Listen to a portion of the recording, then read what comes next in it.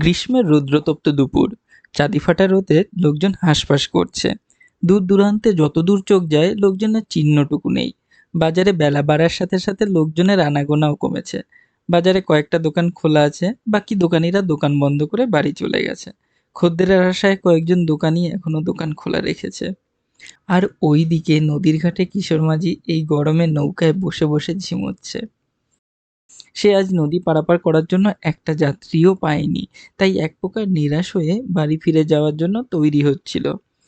ঠিক এমন সময় এক বৃদ্ধ এসে সেখানে উপস্থিত হলো। বৃদ্ধ কিশোর মাঝিকে দেখে ধীরে ধীরে নৌকার দিকে এগোতে থাকলো। বৃদ্ধ মাঝিকে বলল, বাবা, আমি বড্ড বিপদে পড়েছি।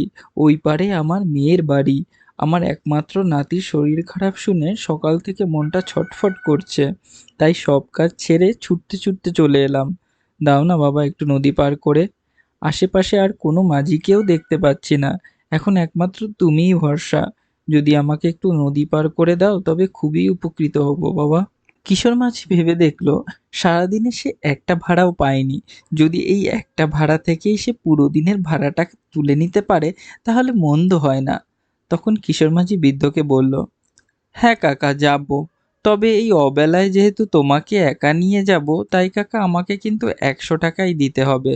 তাহলেই যেতে পারি, নয়তো আমি যাব না।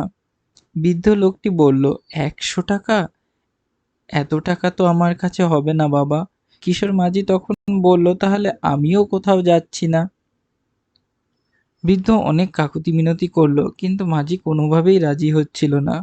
শেষমেশ বৃদ্ধ বলল, বাবা, আমার কাছে এমন একটা জিনিস আছে যেটা শুনলে তুমি নিশ্চয়ই এটাকে পেতে চাইবে।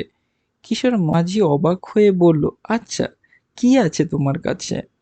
বৃদ্ধ লোকটি বলল, আমার কাছে একটা জাদুর কাঠি আছে, যেটা তুমি 3বার নৌকার উপর আঘাত করলে তুমি ইচ্ছে মতো তোমার নৌকায় যাত্রী তুলতে পারবে। তবে দিনে তুমি একবারই এটা ব্যবহার করতে পারবে। কিশোর মাঝি তখন বৃদ্ধকে নদী পার করে দিল। বৃদ্ধ তখন তার ঝোলা থেকে কাঠিটি বের করে মাঝির দিকে এগিয়ে দিল। কিশোর মাঝি খুব খুশি হয়ে কাঠিটি নিয়ে নিল।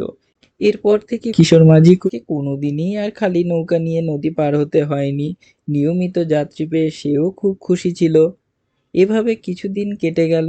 সে ভাবল, এভাবে অল্প যাত্রী নিয়ে চলতে থাকলে তাকে ধনী হতে অনেক দিন লেগে যাবে। তাই সে ঠিক করলো নৌকাটিকে বড় করবে এবং জাদু কাঠিটি বেশিবার ব্যবহার করে আরো বেশি বেশি যাত্রী তুলবে। কিন্তু সে বৃদ্ধ লোকটির দেওয়া শর্ত ভুলে গেল। প্রয়োজনীয় যাত্রী তোলার পরও সেদিন সে আবারও জাদুর কাঠিটি ব্যবহার করলো। যেমন কথা তেমন কাজ। ধীরে ধীরে নৌকা যাত্রীর সংখ্যা বেড়ে গিয়ে নৌকাটি মাঝ নদীতেই ডুবে গেল এবং জাদুর কাঠিটিকেও সে হারিয়ে ফেলল।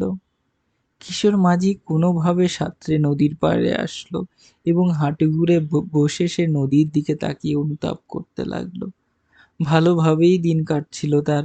বেশি লোভ করতে গিয়ে তাকে আজ সব খোয়াতে হলো।